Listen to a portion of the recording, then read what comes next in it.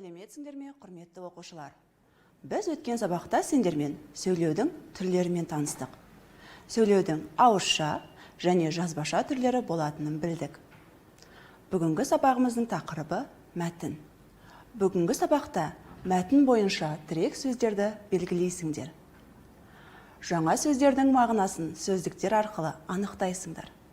Мәтіннің белгілерін есімізге түсірейікші. Мәтіндегі сөйлемдер мағыналық жағынан өзара байланысты болады.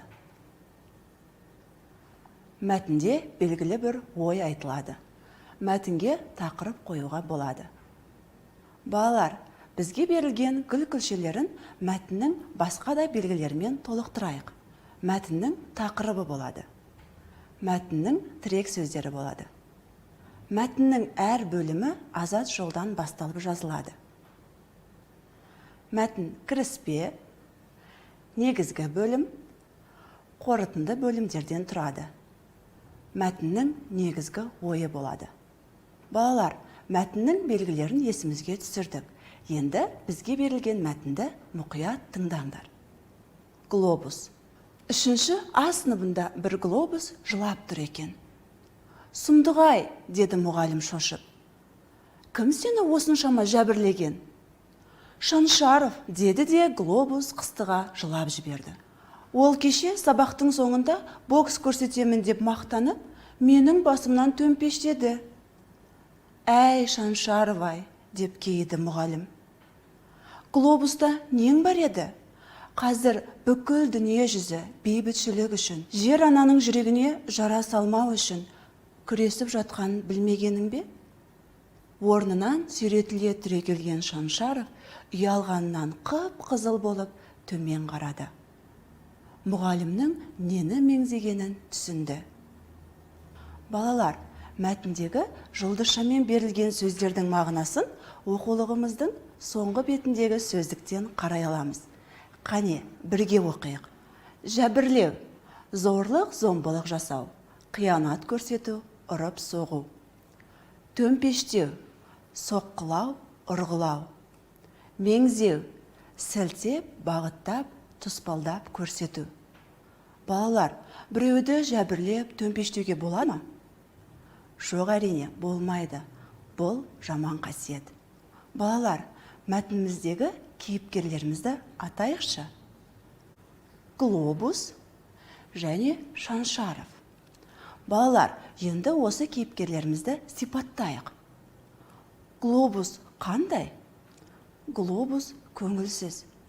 Неге көңілсіз? Себебі Шаншаров ренжітті.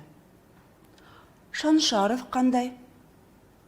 Шаншаров бұзық әрі мақтаншақ. Балалар, бірақ Шаншаров өзінің қатесін түсінді ме? Я, түсінді. Өз әрекетіне ұялып, қызарды. Балалар, қазір мәтіннен тірек сөздерді табайық. Тірек сөздер мәтінде негіз болатын сөздер екенін естеріңе салайын. Қанекей, тірек сөздерді бірге атайық. Глобус, Шаншаров, сабақ, мұғалім, жер ана, дүние жүзі, бейбітшілік. Балалар, сендердің жауаптарың да дұрыс деп ойлаймын. Мәтіндегі қарамен жазылған сөйлемді бірге оқиық. Қазір бүкіл дүние жүзі бейбітшілік үшін, жер ананың жүрегіне жара салмау үшін күресіп жатқанын білмегенің бе?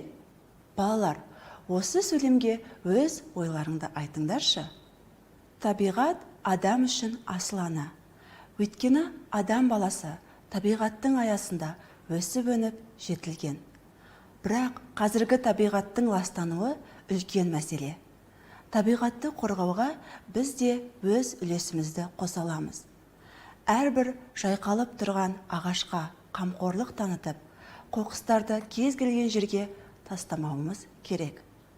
Балалар, бізге берілген мәтіннің бөліктері ауысып кеткен. Мәтіннің бөліктерін орнына қойып, бірге оқиық.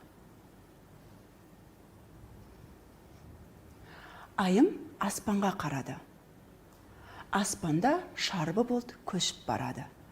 Әже, аспанға кім түтін жіберді? Бұлт қой ол, түтін емес. Жоқ, түтін. Өзіңіз дұрыстап қараңызшы. Үлкен кісі де көк жүзіне назар салды. Зеңгір аспанда көшіп бара жатқан бұлттар түтінге ұқсайды. Тіпті түтіннен аумайды.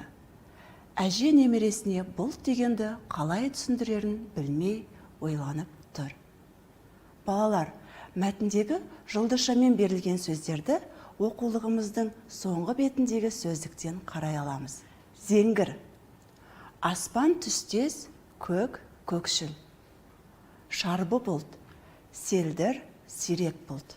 Көк жүзі. Көк, аспан, аспан әлемі. Назар салу. Көңіл бөлу, қарау. Балалар, мәтіндегі зеңгір, шарбы бұлт, түтін сөздерінің мағынасын төмендегі қай сөздіктен қарай аламыз? Синонимдер сөздігі және түсіндірме сөздіктерінен қарай аламыз. Балалар, мәтіндегі диалогке назар салайық. Әже, аспанға кім түтін жіберді? Бұлт қой ол, түтін емес. Жоқ, түтін. Өзіңіз дұрыстап қараңызшы. Үлкен кісі де көк жүзіне назар салды. Балалар, енді осы диалогты жалғастырып көрейік. Ал енді диалогты оқиық. Әже, аспанға кім түтін жіберді? Бұлт қой ол, түтін емес. Жоқ, түтін. Өзіңіз дұрыстап қараңызшы. Үлкен кісі де көк жүзіне назар салды. Балам, күн қызған кезде жердегі судан бу көтеріліп, көк жүзінде ол бұлтқа айналады. Ал түтін кеңістікке тарап кетеді. Түсіндім әже, бұлт жерге қайтадан жаңбыр болып жауады ғой? Әрине балам, дұрыс айтасың. Мінеки балалар, айым бұлт пен түтінді ажырата алды. Бүгінгі сабақта сендер мәтін бойынша тірек сөздерді белгіледіңдер. Жаңа сөздердің мағынасын сөздіктер арқылы анықтадыңдар. Балалар, бүгінгі сабағымыз аяқталды. Сау болыңдар.